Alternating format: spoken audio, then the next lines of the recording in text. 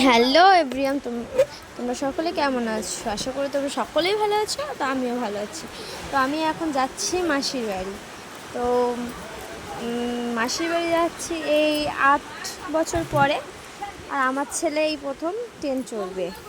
তা ওর প্রতি এক্সপিরিয়েন্সটা খুব ভালোই হবে। তো আমরা তো টোটোই বসে পড়েছি, আমি, মা, বাবু, আর সামনে তো বোন আছে।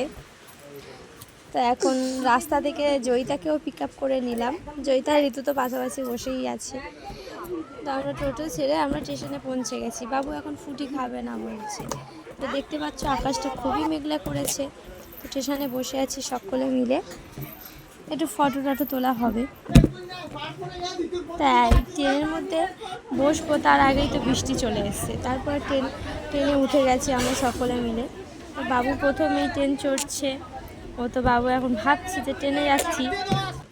তো দেখো কিরকম বসে আছে ছেলেটা জানলার ধারে, দেখতেই তো পাচ্ছ তোমরা। তারপরে তো বারুইপুর আসতে না আসতে বারুইপুরে এত বৃষ্টি কী বলবো। তো আমরা তো স্টেশনে নেমে গেছি আর আকাশটা দেখো পুরো কালো হয়ে আছে। তো এখন দাঁড়িয়ে আছি সোনারপুরে।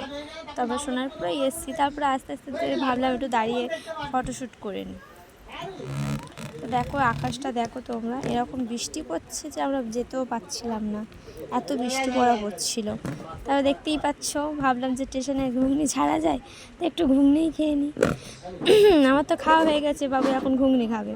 তো ঘুগনি খাচ্ছে আর এদিকে বৃষ্টিও পড়ছে, ট্রেনও যাচ্ছে। তা ভাবলাম একটু ভিডিও করে নিই, ছেলেটাকে দেখাবো পরে। ট্রেন দেখতেও ভালোবাসে, তাই একটু ট্রেনেরও ভিডিও করে নিলাম।